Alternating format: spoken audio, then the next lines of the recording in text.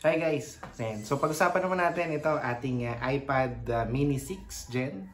And para saan nga ba natin ito ginagamit? Ano?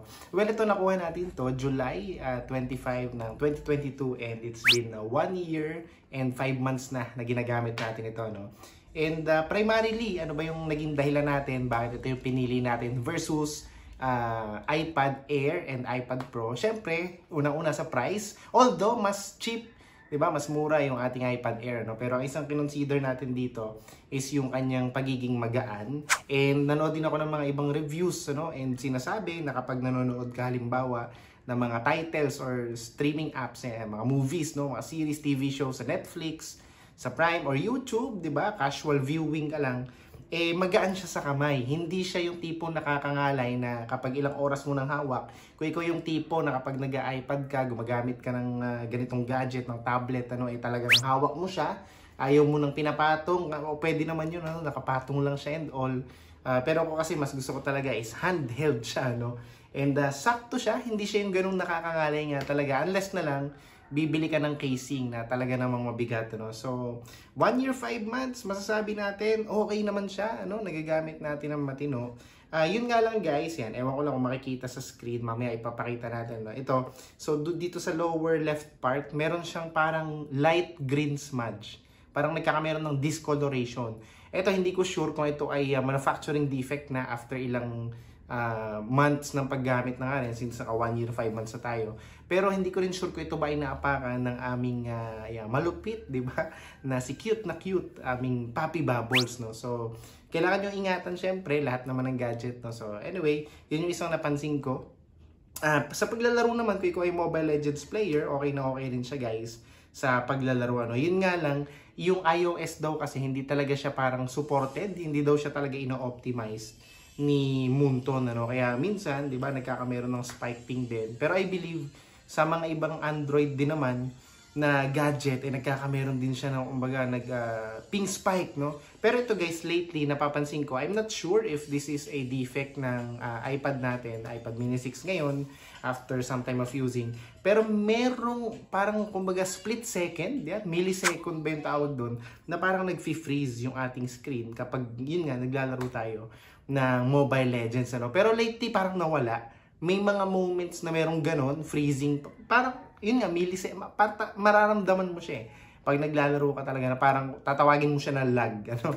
So, hindi natin sure kung yung by internet issue, Mobile Legend issue, Moonton issue, or dito sa iPad mini 6 natin, ano. So, ano pa ba yung mga ginagamit natin to? Syempre sa, pag-Facebook natin, scroll up and down. TikTok, pwede rin po guys.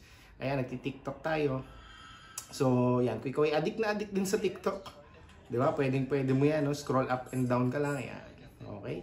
So, kapag naman naka-portrait mode ka, ayan, pwede rin naman po yan. So, yeah, very, very good, ano? Pwede po ito. Pag YouTube naman, YouTube Shorts, yes, okay din.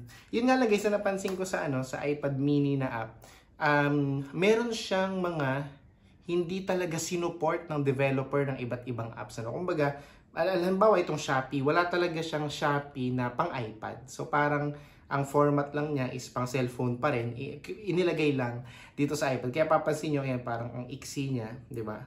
Parang hindi talaga siya fit sa screen. Pang cellphone kasi talaga yung kanyang yung kanyang style. Yung Facebook app din guys, nagkakameron ng mga bugs, no? Pag ikaw ay magma-my day o my story, ayan, magpo-post ka doon, lalagyan mo ng text, umuusod yung caption. So medyo nakakayamot yun. Sample na natin yan. So create story tayo. Ayan, text. Halimbawa, picture pala. Halimbawa, picture yung gagamitin mo. Ayan, kunwari picture. Teka, hanap tayo ng picture guys. Where are the pictures? Ayan, kunwari ito. Ayan. Pag naglagay ka ng text, hello. Ayan. Tingnan nyo guys ha. Ilalapag ko dito sa gitna, sa taas. Yung kita nyo, lumilipat siya dun sa dulo sa kaliwa. So, yun yung mga ilan na nakakainis lang kapag, alam mo yun, magpo-post ka ganyan, hindi talaga siya tumatama ng ayos. And, yun, nakaka-disappoint lang din yung mga ganung part. Ito, by the way, yung ginagamit din natin guys sa pag-edit ng video is itong VLLO, yan, na app. Although hindi kasi ito libre, parang yearly, nasa 400 yata yung yearly subscription. So, kung ikaw ay medyo bagito rin sa pag-edit tulad natin, hindi sanay mag-edit, no? So, yan, pwede mo gamitin yung VLLO, no? User-friendly, madali nga talaga siyang gamitin, and kung wala kang background sa editing, kaya-kaya mo siyang matutunan, ano, and madali, basic, kumbaga parang, kumbaga sa laruan, or kumbaga sa kung anumang gadget ginagamit mo, basic controls lang, 'di ba? And ano pa ba? Yeah, messages, pwedeng connected kung ikaw ay naka-iPhone din, okay, pwede mong mabasa dito yung messages na nare-receive ng iyong iPhone. For email reading, pwede rin po siya, swak na swak din siya, yan. So, 'di ba?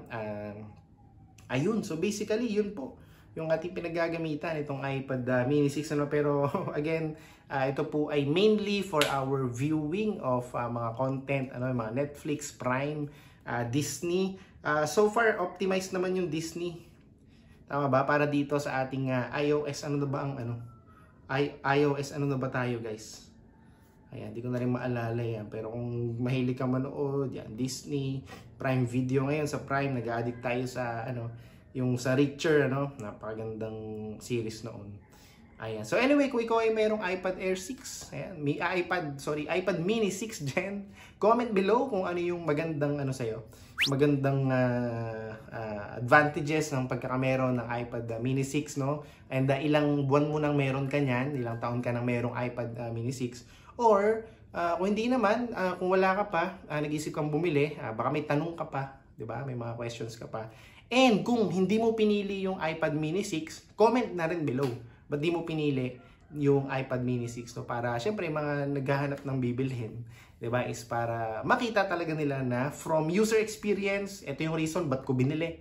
And another, ito yung reason ba't di ko siya binili, no? So, yun, maraming salamat guys for watching, and thank you for liking the video and commenting, and syempre kung gusto mo pang makapanood ng mga ganitong kwentuhan, chismisan about gadgets, no? Hindi naman siya talaga technical review, sana all magaling mag technical review, no? Pero tingnan natin, no? And subscribe na rin kayo, yung mga iba pang chismisan, usapan, banda-banda dyan. Kita-kits tayo. Maraming salamat, Junjun TV. Peace!